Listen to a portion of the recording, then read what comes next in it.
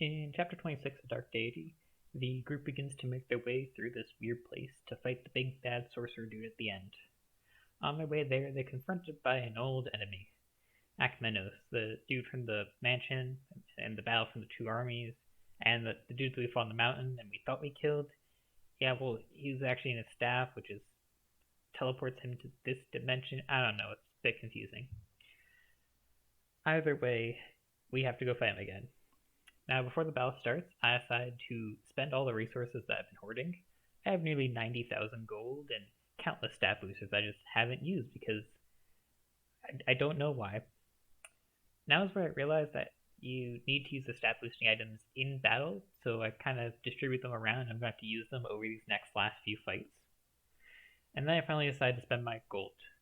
I spent roughly 70,000 gold, probably enough to pay all war reparations from this brutal fight, on a couple of pointier sticks and a cool new book for Monroe. The battle starts, and a small group needs to be split off from the main party and have to defeat Akmenos while the others try to survive an infinitely spawning horde of enemies. I sent my best squad of Bianca, Monroe, and Lincoln to go and take down Akmenos while the rest curl up and try not to die. There are multiple entrances into where my units start, and most of the entrances have multi-space wide most of the entrances are multiple spaces wide, making them really hard to block. I sent Helena north to block the only one space wide entrance, and then I send Vesta and Thalen southwest, so as they are the group with the highest survivability, and they're taking on the enemies who'd be entering through the widest entrance. I then use the rest to hold the center area. Now this strat works for a while, but soon my units start to get overwhelmed. I realized that probably taking two of my best damage dealers and a good healer away from my main group was probably not the best idea. Sia then gets ticked off and I decide I should probably rethink my strategy. I decide I don't need all these people to fight Akmenos. I decided to bring only one person to Akmenos, so then the rest could get I get more units fighting the hordes. With this new strat, I bring Bianca back down, and she'll push up the south, and Lincoln can have more healing. And now it's just Monroe versus Akmenos, and he's perfect for this fight. I mean, due to Monroe's high damage, high HP, and healing on the damage he deals, he's actually able to solo this whole fight with minimal issues.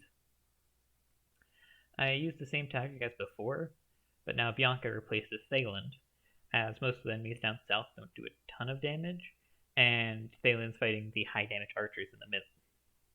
This actually goes really well, but then I underestimate some healers who end up critting Fenton and take away a massive hit of his HP. He loses 8 HP, which is about a tenth of his HP total. I decided to reset one more time and now learn to fear the healers. I mean, who thought healers would do so much damage? So just same strat again, but stay far away from the healers and only send in my most tanky units to deal with these healers. It goes a bit better, but she still gets hit by an unlucky shot and loses 1 defense. She only had like 10 to begin with, so I just keep going, not the biggest loss. As soon as the main enemy force is dead, the respawning enemies aren't too bad. Soon enough, Monroe finally gets the kill on Akmenos and the chapter ends. The group actually kill Akmenos this time, since he can't hide his staff again as we're in that, and we continue through this mind-banging location to find the sorcerer at the end.